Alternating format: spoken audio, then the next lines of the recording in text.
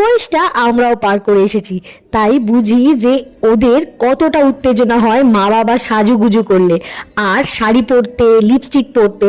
তাই এক্ষেত্রে আমার সোনাই কিন্তু একেবারেই ব্যতিক্রম নয়। আমি যদি একটু সাজুগুজু করি বা আমি শাড়ি ঠাড়ি পরি, তাহলে আমারও সোনাই কিন্তু একদম রেডি হয়ে যায় সেই কাজটা করার জন্য।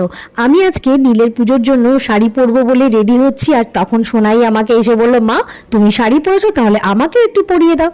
তো বেশ ভালো, তুইও পর।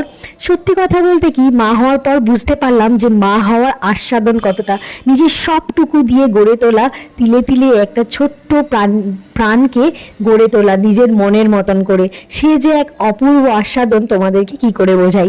আমার বাড়িতে পুজো দেওয়া হয়ে গেছে, আমি বাড়িতে জল ঢেলে নিয়েছি। এবার সমস্ত কিছু রেডি করে এবার আমি যাব আমার পাড়ার পুজো দিতে। মানে আমার পাশেই একটা মন্দির আছে, যেটা তোমরা অনেক আগেও এর ভিডিও দেখেছো।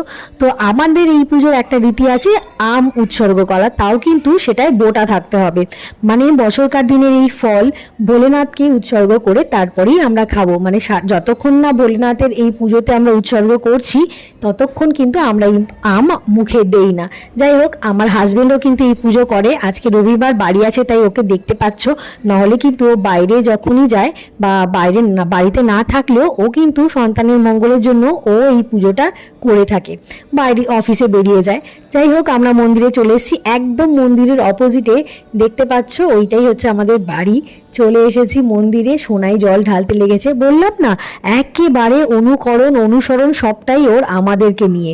যাই হোক, ও সুন্দর করে জল ঢালছে, আমি তো ওকে ক্যাপচার করছি। আমার অলরেডি জল ঢালা হয়ে গেছে, আর এখানে আরও একটা পুচকু সোনা এসেছিল, সেও জল ঢালছিল সুন্দর করে। আমাদের পুজো দেওয়া শেষ, এবার বাড়িতে এসে সাবু খাওয়ার রীতি শুরু হয়ে গেল।